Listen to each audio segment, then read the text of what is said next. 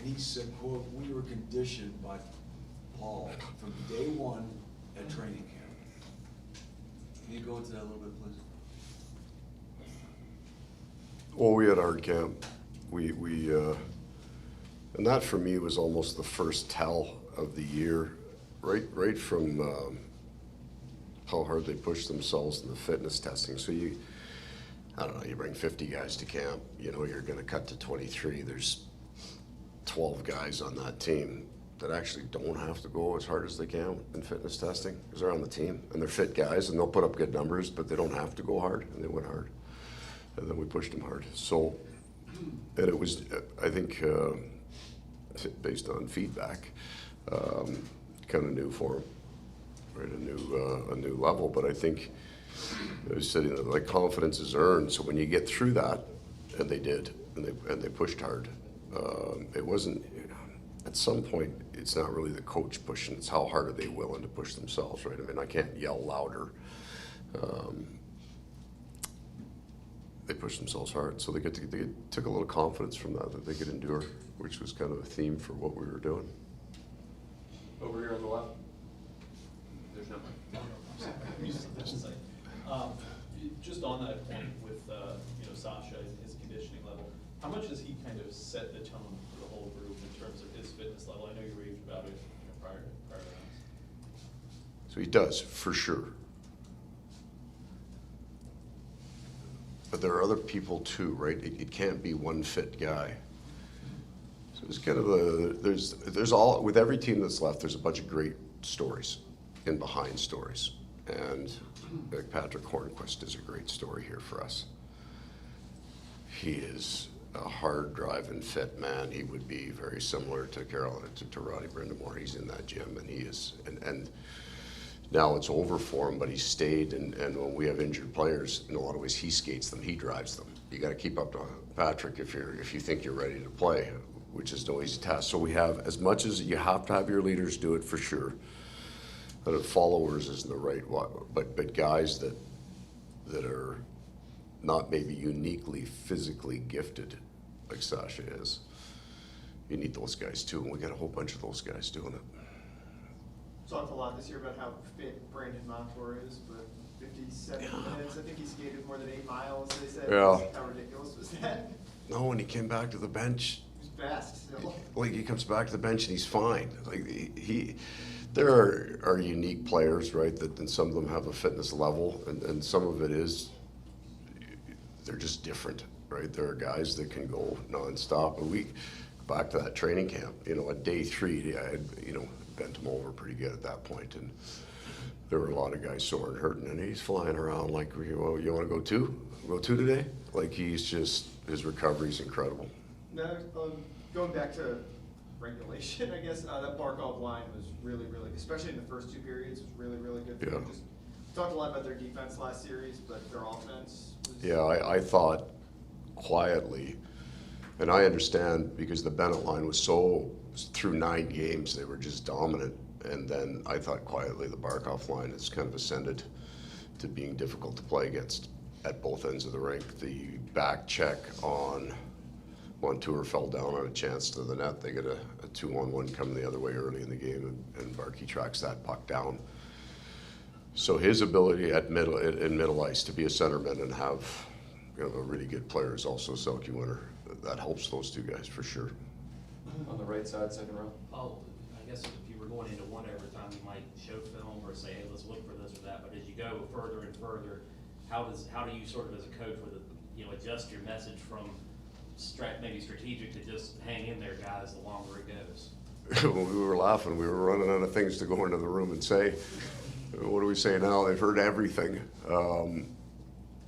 Even from, like you said, like the video of the game, I think it hits a breaking point where both teams are in somewhat of a survival mode in that they're kind of waiting for a break. It's not that they're not playing hard, but there were a lot of pucks deep. There were a lot of simple plays and then line change. So what happens in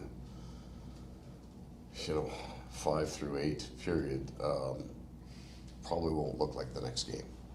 It'll be, if you're going to cut video, you'll do it on the first 4 periods. On the left side, third row. Bobrovsky was spectacular last night, but do you have any concerns about his ability to recover? Do you consider rotating him out, given the short turnaround? No, I have no concerns on either. So he's another unique guy that we have. And his routine today will be full. He's got a routine that he sticks to. And not that's not a statement about Alex Lyon at all, but it's that it's not the number one rule in coaching, but 2 or 3 is do no harm. I'm not taking him out of the net. Yeah, Paul, you were in that 2002 game, Yeah. obviously on Hurricanes bench that night. Just how much do you remember that taken out of the team? Obviously, you probably said the same things. One game, we can get it back, Yeah. we can recover, but how much did it take out? I think like completely different situations in that we had been swinging above our weight class for, 7 weeks. And that 2002 Detroit team is still the best team I've ever seen. And so you win in the first game, won in overtime. The second game's a tight one. You got a lead with, I think, 1:24 on the clock on that face-off. And I think that just broke us because the series was kind of over. We didn't look the same after that. I think this will be truly one game. Like, we both had 5 and 6 days off. That was a hard game, but we're not coming off a 7-game series. If that was game 1 of our Toronto series and we had lost, I'd have thought, we might be in trouble. We'd played game 7, but these guys, they're all so fit. Yeah, both teams are going to be a little tired. There'll be a little fatigue built into the series now every second day, but because I think they had 6 days off, we had 5 days off. There's the emotional. Neither team has had to go to the well so many times that loss will break them or make us almost complacent thinking this is going to be easy. I think that one's easy to package and put away. We'll take 2 more questions.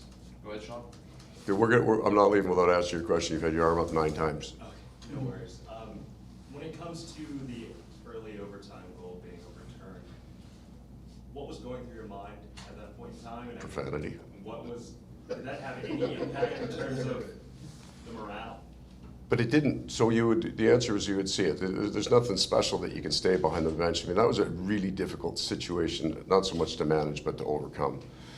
Because there is, with the 5 and 6 days off, you get time to get wound up, right? And then the game becomes, I felt in game 1 of the Toronto series, we were just playing, like we had, this one, there's a lot of emotion, right? So you get the overtime winner celebration release.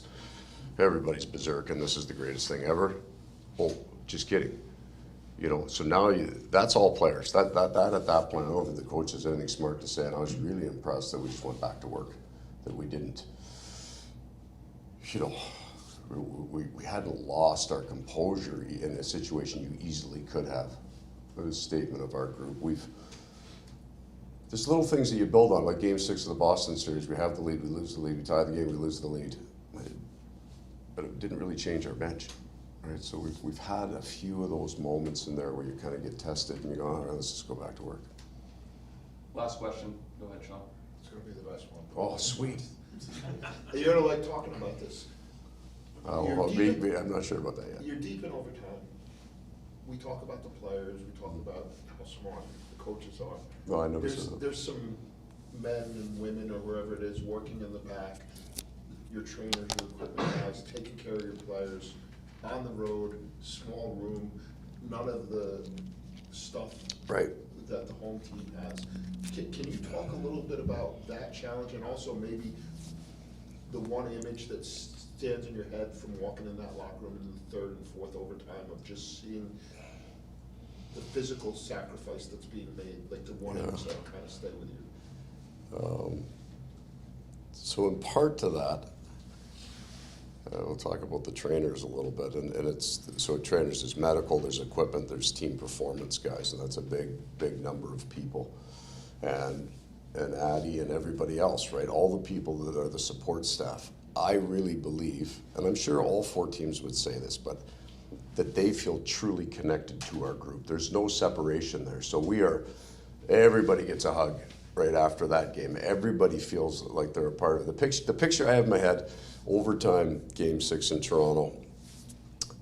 Cousins scores a goal, for whatever reason, I turn to Savannah Lefebvre, and we're jumping up and down and hug, and I turn, and there's a pyramid of trainers on the bench. It's not like they are climbing on each other. It's like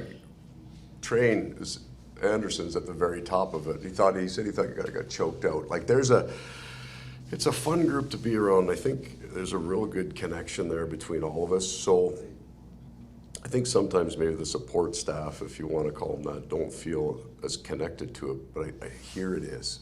Right? They're all good people. We have a lot of fun. I think, but at the end of that, it's all driven by the players. So the first week that Matthew Tkachuk's in town, he takes all the trainers out for dinner, and the way our players treat our support staff, coaches included, right? Everybody in a suit at the game. They make it fun to be around. They're a fun bunch of guys. I don't know if you guys, I told you that. Did you guys see Sam Bennett coming across the ice there last night in between periods, in between overtimes? We come back out on the bench, and his blade came out, and I'm looking, and he goes down in the middle of the ice. And I'm like, what happened to him? And Tkachuk and Lomberg drag him from the middle of the ice to the bench. Lomberg's got his arm up. He's looking for a penalty from the referee. We're laughing our asses off. Like that's the kind of, they are able to be in the moment and have a little bit of fun. Okay, everybody. We'll see you.